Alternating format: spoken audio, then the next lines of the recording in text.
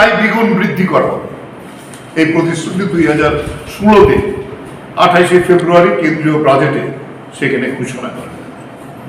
2022 সালের মধ্যে দেশের স্বাধীনতার 75তম বার্ষিকীতে কৃষকের আয় দ্বিগুণ করা হয়ে যাবে, এই কথা বলেছিল।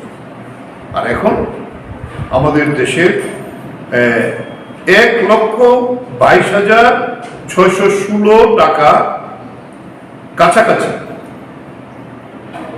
এই পরিবারগুলো ঋণগ্রস্ত হয়ে আছে, এত পরিবার। তাহলে 2019 সালে ঋণগ্রস্ত পরিবারের সংখ্যা 9 কোটি থেকে বেড়ে 9,30,00,000 হয়েছে। এই হলো মোদির গ্যারান্টি। ঋণ এর চাপে কিরকম ভাবে ওরা আক্রান্ত হয়েছে।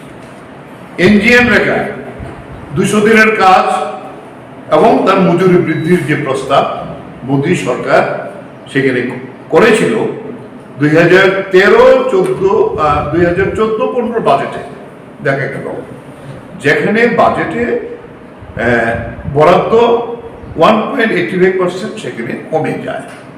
2023-24-এ বাজেট বরাদ্দ কমে দাঁড়িয়েছে 1.33%। অর্থাৎ 2023-24 সনে 100 দিনের কাজ কর্মসূচি সফলভাবে করতে হলে